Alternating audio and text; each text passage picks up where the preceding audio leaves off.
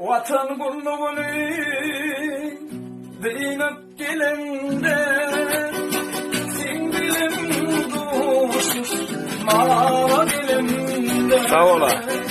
Min zinki dermin başka